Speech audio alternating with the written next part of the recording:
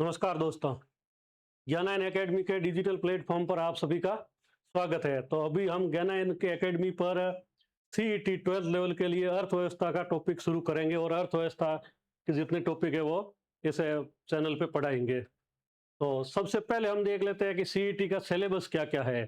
CET में economics के लिए कितना सिलेबस है वो अपन देखते हैं और उसके बाद में इसको टॉपिक वाइज टॉपिक एक एक करते पढ़ते हुए पूरा करेंगे। तो सीईटी में अर्थव्यवस्था में 4 टॉपिक दे रखा है। मेनली तो पहला टॉपिक है राजस्थान में कृषि एवं आर्थिक विकास का। तो इसमें सब टॉपिक है। राजस्थान की प्रमुख फसलें, जैसे प्रमुख फसलों के अंदर है रबी की कौन सी है, खरीफ की फसलें कौन सी है, जायद की कौन सी है, नकद फसलें कौन सी है, वो सब कुछ पढ़ेंगे। कौन से क्षेत्र में कौन सी फसलें उपजाई जाती है, किसी विशेष फसल के लिए क्या तापमान, वर्षा, मिट्टी के क्या पैमाने हैं, या फिर कौन सा जिला उस फसल को उपजाने के लिए सबसे प्रथम नंबर पे है, वो सब कुछ हम इस सब टॉपिक में पढ़ेंगे। फिर आ जाता है कृषि आधारित उद्योग, मतलब कृषि आधारित उद्योग कौन कौन से हैं, उनकी क्या लोकेशन है, वो सब कुछ इसके अंतर्गत हम पढ़ेंगे। फिर आ जाता है प्रमुख सिंचाई परियोजनाएं। सिंचाई परियोजना जैसे इंदिरा गांधी कैनाल है, नर्मदा नहर है, इसके जैसी और भी नदी परियोजनाएं हैं, वो कहाँ कहाँ हैं, उनके उनसे कितना क्षेत्र सिंचाई सिंचित क्षेत्र है, वो सब कुछ हम इस टॉपिक के अंतर्गत पढ़ेंगे। फिर आ जाता है मरुभूमि के विकास संबंधी परियोजनाएं। मरुभूमि मतलब अपना मरुस्थल से संबंधित, तो मरुस्थल में विकास से संबंधित कौन कौन सी योजनाएं चलाई गई है, तो वो इस टॉपिक के अंतर्गत पढ़ेंगे। फिर है हस्तशिल्प उद्योग और बेरोजगारी, सूखा और अकाल। जैसे बेरोजगारी है तो बेरोजगारी कितने प्रकार की है, कौन कौन सी बेरोजगारी है, उसके कारण क्या है, उपाय क्या है, सरकार ने क्या बेरोजगारी कम करने के प्रयास किए हैं। सूखा और अकाल, सूखा कृषि आधारित सूखा कौन सा है, वर्षा आधारित सूखा कौन सा है, वो सूखे के प्रकार पढ़ेंगे और सूखे का उपाय क्या है, सरकार ने क्या क्या प्रयास किए हैं सूखा से निस्तारण के लिए। तो ये सब कुछ हम कृषि और इसके इस टॉपिक में पढ़ेंगे। फिर सेकंड टॉपिक आ जाता है अपना राजस्थान में विभिन्न कल्याणकारी योजनाएं। अब सरकार ने अपना राज्य है जो कल्याणकारी राज्य है, तो सरकार की दायित्व बनता है कि वो सरकार नागरिकों के कल्याण के लिए विभिन्न प्रकार की योजनाएं चालू करे। तो वो कौन कौन सी योजनाएं, जैसे हेल्थ में क्या है, शिक्षा में क्या है, सामाजिक न्याय विभाग में क्या है, वो सब कुछ हम इस इन योजनाओं के अंतर्गत पढ़ेंगे। एक आ जाता है इसमें विशेष योजना का नाम दिया है मनरेगा का। हालांकि मनरेगा अब बंद हो गई, लेकिन सिलेबस में अभी भी इन्होंने डाल रखा है, तो अपने अपने को पढ़ना पड़ेगा। और मनरेगा की जगह वीबी जी राम जी आया है, तो ज्यादा संभावना है कि सवाल उससे आए, लेकिन हो सकता है इससे भी पूछ लिया जाए। तो मनरेगा को भी पढ़ेंगे, मनरेगा कब शुरू हुई, राजस्थान का क्या प्रावधान है, वो सब कुछ पढ़ेंगे। फिर आ जाता है विकास संस्थाएं। राजस्थान के विकास के लिए कौन कौन सी संस्थाएं काम करती है, उद्योगों में क्या क्या है, वो सब कुछ पढ़ेंगे। फिर है लघु उद्यम एवं वित्तीय संस्थाएं कौन कौन सी है, जो जैसे रीको वगैरह है, वो क्या है, उनका सब कुछ हम इस चैप्टर के अंतर्गत पढ़ेंगे। फिर आ जाता है पंचायती राज संस्थाओं की ग्रामीण विकास में भूमिका। तो पंचायती राज की स्थापना भी ये इसी कंसेप्ट के आधार पर की गई थी कि ग्रामीण विकास में इनकी भूमिका रहेगी और ग्रामीण विकास में ये सहयोग करेंगे। तो इनकी क्या भूमिका है, क्या योजनाएं हैं, वो सब कुछ हम पढ़ेंगे। फिर आ जाता है राजस्थान का औद्योगिक विकास, मतलब प्रमुख उद्योग कौन कौन से है। जैसे प्रमुख उद्योग में रिफाइनरी है, ज्वेलरी उद्योग कहाँ है, और इंडस्ट्रियल पार्क कितने हैं, वो सब कुछ हम इस चैप्टर के अंदर पढ़ेंगे। औद्योगिक क्षेत्र कौन कौन से है, जैसे इंडस्ट्रियल कॉरिडोर कहाँ कहाँ है, वो सब कुछ पढ़ेंगे। फिर है लघु कुटीर एवं ग्राम उद्योग, इनके बारे में भी पढ़ेंगे कि लघु उद्योग की क्या परिभाषा है, और कहाँ क्या क्या किस किस प्रकार के राजस्थान में उद्योग वगैरह है, ये सब कुछ पढ़ेंगे। फिर इसके अलावा चौथा टॉपिक अपना है राजस्थान में ऊर्जा के सोर्स, मतलब जैसे एनर्जी है, ऊर्जा सेक्टर है, वो कहाँ कहाँ से है। तो राजस्थान में जल विद्युत से कितनी विद्युत बनाई जाती है, कहाँ कहाँ पर विद्युत प्लांट स्टेब्लिश है, वो तापीय में कहाँ कहाँ है, सुपर थर्मल पावर प्लांट कौन सा है, क्रिटिकल पावर प्लांट कौन सा है, टोटल राजस्थान की स्थापित ऊर्जा क्षमता कितनी है, उसमें किसका ज्यादा तापीय का, जल विद्युत का, अणु का किनका ज्यादा है, ये सब कुछ पढ़ेंगे। अणु जैसे रावत भाटा का परमाणु थर्मल पावर परमाणु प्लांट है, वो क्या है, पवन का, सौर ऊर्जा का, ये सब कुछ हम पढ़ेंगे। इसमें राजस्थान का कौन सा कर्म है, राजस्थान किस नंबर पे, भारत में किस नंबर पे है, राजस्थान में सबसे ज्यादा किस जिले में ये है। तो ये अपना हो गया सीईटी का सिलेबस, जो 4 टॉपिक के अंतर्गत अपने को बताया गया है, कृषि, वेलफेयर स्कीम, उद्योग और एनर्जी सेक्टर। तो ये हो गया। अब हम इसमें एक एक चैप्टर को करेंगे, करते करते सिलेबस को पूरा किया जाएगा। तो कुछ ऐसी टर्मिनोलॉजी है जो हम देख लेते हैं। जो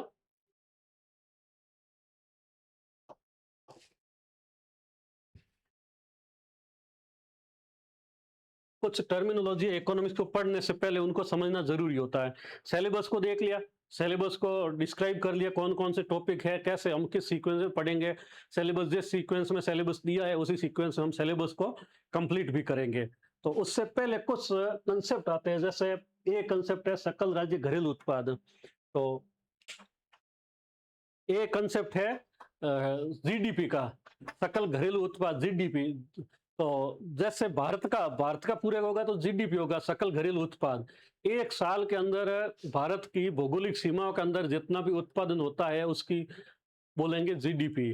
जैसे तो राज्य की निकालना होगा तो gross state develop state gross state domestic product होगा, जीएसडीपी हो जाएगा। तो अब ये कई बार सवाल पूछा जाता है कि जीएसडीपी, राजस्थान का जीएसडीपी कितना है। इसको भी निकालने के लिए दो पैमाने हैं। एक तो निकाला जाता है स्तर मूल्यों पे, जिसका आधार वर्ष है 2011-12, और दूसरा है प्रचलित मूल्यों पे। प्रचलित मूल्यों पे मतलब है कि अभी पिछले साल से इस बार कितना है उसके आधार पर निकाला जाता है। तो ये कई बार एग्जाम में पर्टिकुलर पूछा भी जाता है। तो जीएसडीपी है जो अपना स्तर मूल्यों पे है 9,81,807 करोड़ रुपया, इसका यूनिट है करोड़ रुपया में है। तो ये आंकड़ा एज इट इज एग्जाम के अंदर पूछा जाता है कि ये कितना है, तो 9,81,807 करोड़ रुपया।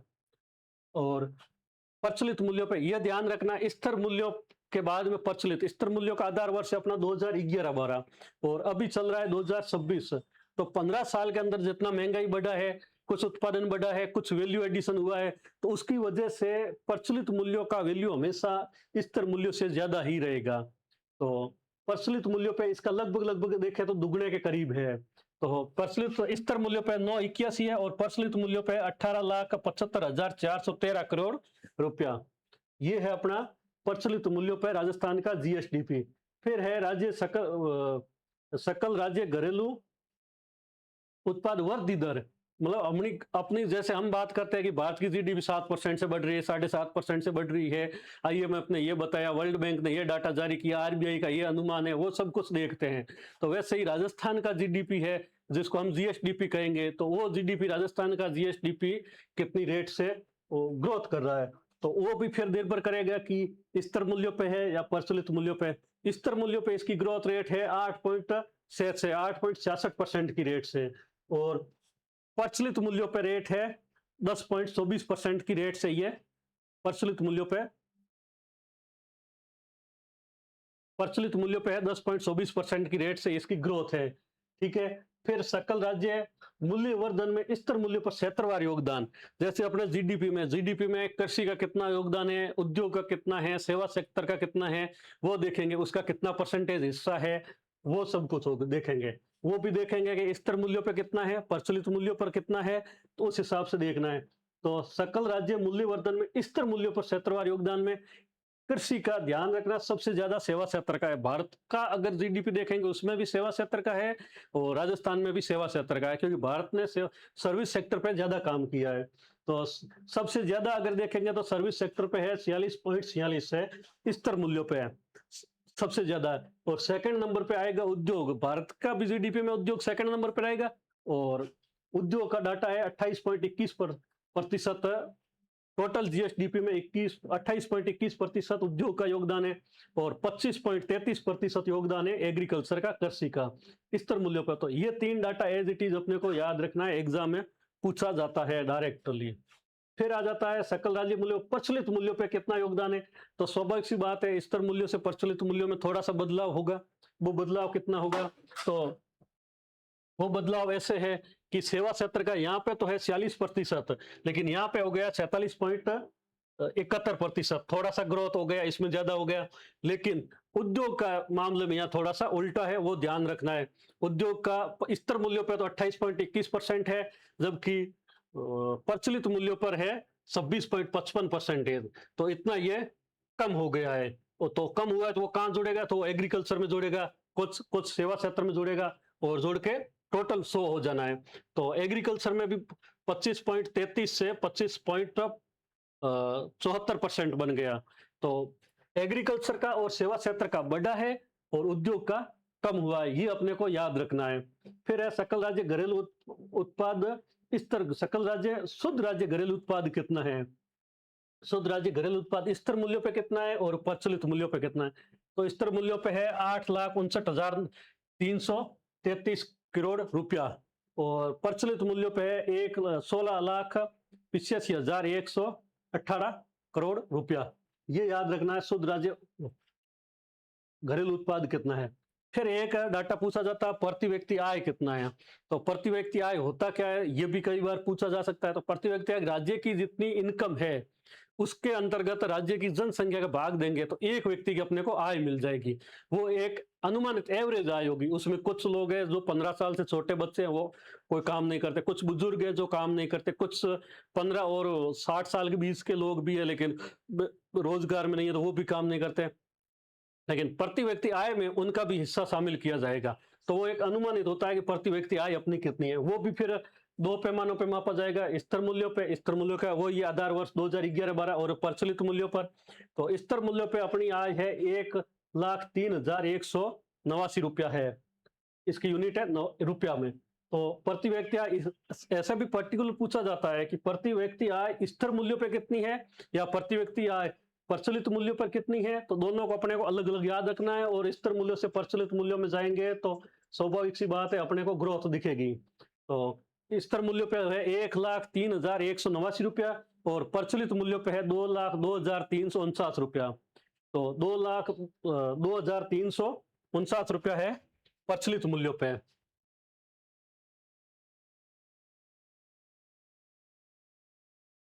ठीक है, फिर आ जाता है एक ये पूछा जाता है कृषि उत्पादन सूचकांक कितना है, एग्रीकल्चर प्रोडक्शन इंडेक्स अपना क्या है, कितना है अभी, या इसका आधार वर्ष पूछेगा तो आधार वर्ष भी याद रखना है कि 2005, 6 से 7, 8 को बराबर 100 है, ये इसका आधार वर्ष है। और अगर ये पूछेगा कि है क्या इसका इंडेक्स की वैल्यू कितनी है तो ये याद रखना है 243.55, ये इसका एग्रीकल्चर प्रोडक्शन इंडेक्स अपना राजस्थान का ये है। ये एग्जाम में सीधा सीधा पूछा जाएगा। इसमें क्या करेगा, 2 3 ये एक वैल्यू, ये एक वैल्यू, ये एक ये ऐसे दे देगा, अपने को कंफ्यूज करवा देगा। और ये एग्रीकल्चर का एक साल पिछले का है, 2025-26 का नहीं, 2024-25 का डाटा याद रखना पड़ेगा। 25-26 का जब तक इकोनॉमिक सर्वे बनता है, बजट बनता है, तब तक फाइनल डाटा नहीं आ पाते हैं, तो इसलिए वो एक साल पिछले का लिया जाता है। फिर अपने को एक ये भी पूछा जाता है कि कुल खाद्यान्न उत्पादन कितना हुआ भारत राजस्थान का। तो इसमें भी ये याद रखना है कि 309.62 लाख मीट्रिक टन, इसकी यूनिट है लाख मीट्रिक टन में, मतलब 3,09,000 मीट्रिक टन अपने राजस्थान का उत्पादन हुआ है 2024-25 में। और ये है 2025-26 का। अब इकोनॉमिक सर्वे दिसंबर में बनना शुरू हो जाता है, जनवरी फरवरी में फरवरी तक फाइनल हो जाता है, लेकिन 25-26 वित्त वर्ष तो 31 मार्च तक है, तो वो सब डाटा एकदम आ नहीं पाता है, तो इसलिए इसको फाइनल डाटा नहीं माना जाएगा। फाइनल डाटा अपने 2024-25 का माना जाएगा और 2024-25 को ही याद करें तो ज्यादा सही रहेगा। 3,09,000 लाख मीट्रिक टन इसका टोटल उत्पादन हुआ है राजस्थान का खाद्यान्न उत्पादन। फिर आ जाता है औद्योगिक उत्पादन सूचकांक राजस्थान का कितना है। तो इसका भी ये याद रखना है कि 154.38, ये तो हो जाएगा 2024-25 का फाइनल, और ये हो जाएगा 2025-26 का, ये एक अनुमानित डाटा रहेगा। अभी उसमें बदलाव आ जाता है, लेकिन 24-25 वाला वो एक पिछले साल का होता है, वो फाइनल डाटा होता है। ठीक है, फिर आ जाता है थोक मूल्य सूचकांक WPI, होलसेल प्राइस इंडेक्स। ये इनका आधार वर्ष भी पूछा जाता है, कई बार एग्जाम में PYQ देखेंगे तो उसमें पूछा भी गया है। आधार वर्ष औद्योगिक उत्पादन सूचकांक आधार वर्ष 2011-12 100 है, एग्रीकल्चर वाले का ये है। थोक मूल्य सूचकांक का 1999 2000 बराबर 100 माना गया है। तो इनके कई बार कंफ्यूजन हो सकता है, तो इसलिए अपने को ये भी याद रखना है कि इसका आधार वर्ष है जो क्या लिया गया है।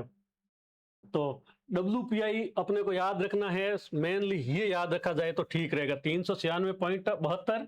और अगर ये 25-26 का याद रख ले, क्योंकि 25-26 पूरा वित्त वर्ष हुआ नहीं है तो उसके फाइनल डाटा नहीं माने जाएंगे, तो इसलिए ज्यादा संभावना रहती है कि पिछले साल का डाटा को, क्योंकि ये डाटा फाइनल होता है तो इसको पूछने की संभावना रहती है। तो ये दोनों डाटा याद रखना, 396.72 24-25 का, और 25-26 का 399.74। फिर कभी-कभी ये भी पूछा जाता है कि राजस्थान में टोटल, जैसे हम सीईटी के सिलेबस में चौथा टॉपिक पढ़ेंगे ऊर्जा वाला, उसमें तापीय ऊर्जा, जल विद्युत ऊर्जा, अणु, सोलर, जल, वायु, वो सब कुछ पढ़ेंगे। तो ये भी कई बार फैक्ट पूछा जाता है कि राजस्थान में स्थापित ऊर्जा की कैपेसिटी कितनी है। तो ये अपना डाटा अभी ये दिसंबर 2025 तक का डाटा है, उसके बाद में बदलाव भी हुआ है, कुछ बट ग्रोथ हुई होगी, लेकिन वो अभी फाइनल डाटा नहीं है। तो अभी ये है कि 31,556 इसकी यूनिट होगी मेगावाट। तो 31,556 मेगावाट अपना दिसंबर 2025 तक स्थापित राजस्थान की ऊर्जा कैपेसिटी है। तो ये हो गया मोटा मोटा एक वाणिज्यिक बैंक का साख राजस्थान की कितनी। कई बार ये भी पूछा जाता है, तो ये याद रखना है अपने को, मतलब 2025-26 में राजस्थान की 6,91,943 करोड़ रुपया, इसकी यूनिट करोड़ रुपया में है, तो वो इतना रुपया है। बैंक वाणिज्यिक साख भी अपनी इतनी है। तो दोस्तों ये हो जाएगा अपना, मेनली सिलेबस को हमने डिस्क्राइब कर लिया। कुछ इंट्रोडक्टरी टर्म्स होती है वो हमने पढ़ लिया, देख लिया कि जीडीपी क्या है, जीडीपी राजस्थान की, जीएसडीपी कितनी है, जीएसडीपी में कृषि का, सेवा का, उद्योग का कितना योगदान है।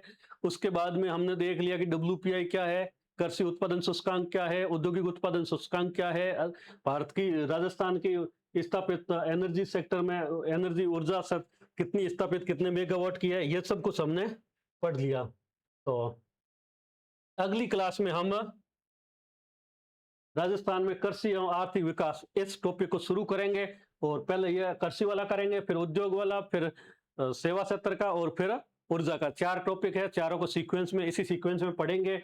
और अगला टॉपिक अपने राजस्थान में कृषि एवं आर्थिक विकास से शुरू करेंगे। तो नमस्कार दोस्तों।